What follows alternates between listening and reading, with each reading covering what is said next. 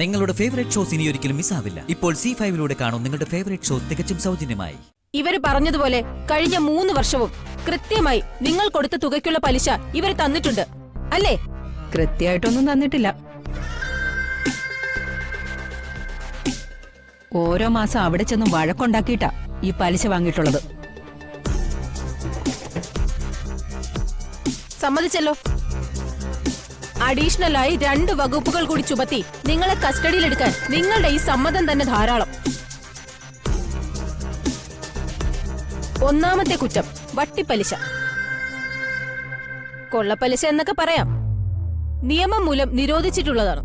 പിന്നെ അതിന്റെ പേരിൽ ആ വീട്ടിൽ ചെന്ന് വഴക്കുണ്ടാക്കിയത്, അത് രണ്ടാമത്തെ കുറ്റം.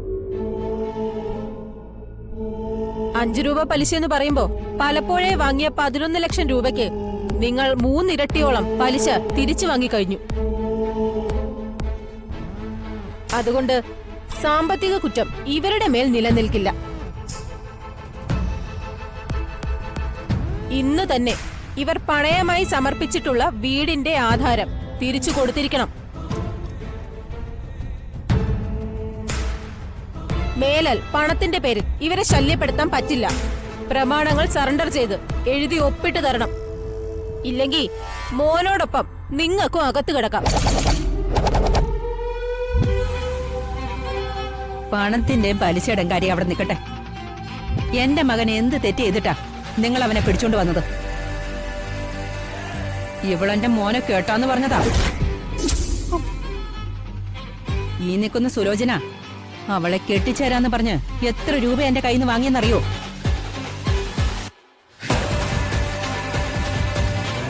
അയ്യോ, ഞാനോ? ദേ, അനാവശ്യം പറയരുത്. ഞാൻ ഒരിക്കലും ഇവളെ കെട്ടിച്ചു കൊടുക്കാന്ന് പറഞ്ഞിട്ടില്ല. എല്ലാ കടവും എഴുതി തള്ളാന്നും ഇങ്ങോട്ട് എത്ര വേണമെങ്കിലും തന്ന് സഹായിക്കാന്ന് പറഞ്ഞപ്പോ കുടുംബത്തിന് നല്ലത് വരാൻ വേണ്ടി ഞാൻ ദേവുവിനോട് സംസാരിക്കാന്ന് പറഞ്ഞതേ ഉള്ളൂ. മാഡം, അമ്മ ഒരിക്കലും ഇങ്ങനെ പറയില്ല. കടം തീർക്കാൻ ഇങ്ങനെ ഒരു കാര്യം സ്വർണ്ണ പറഞ്ഞു എന്ന് എന്നോട് ഒന്ന് പറഞ്ഞായിരുന്നു. അമ്മ ഒരിക്കലും ഞങ്ങൾക്കെതിരെ പറയില്ല. എന്റെ മോളെ, സത്യം നീ മനസ്സിലാക്കിയല്ലോ. അത് മതി ഈ അമ്മായിക്ക്. ശരി ശരി ചേച്ചി, ഇവന്റെ കാര്യം ഞങ്ങൾ ഏറ്റു.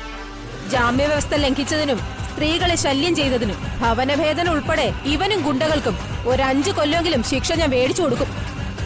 ജാമ്യ പേപ്പർ ഒപ്പിട്ടിട്ട് നേരെ പോയിരിക്കുന്നു ശല്യപ്പെടുത്താൻ. പോലീസുകാരെന്താ വിഡ്ഢികളാണെന്ന് വിചാരിച്ചോ?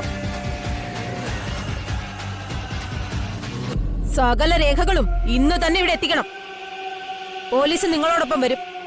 ഇവരുടെ മാത്രമല്ല, മറ്റു വല്ലവരുടെയും പണയപ്പണ്ടങ്ങളോ പത്രങ്ങളോ ഉണ്ടെങ്കിൽ അതും പിടിച്ചെടുക്കണം. ദേവിക്ക് എന്തെങ്കിലും പറയാനുണ്ടോ? വീടിന്റെ പ്രമാണം കിട്ടിക്കഴിഞ്ഞാൽ അത് വെറ്റിട്ടാണെങ്കിലും ഇവരുടെ കടം ഞങ്ങൾ തീർക്കും.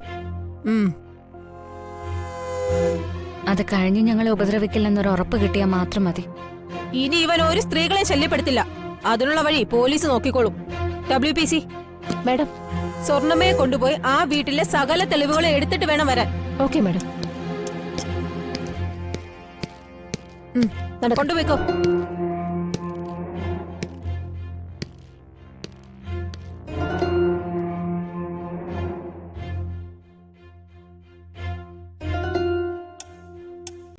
ഡൗൺലോഡ് ചെയ്യൂ C5 ആപ്പ്. കാണൂ എല്ലാ എപ്പിസോഡുകളും സൗജന്യമായി.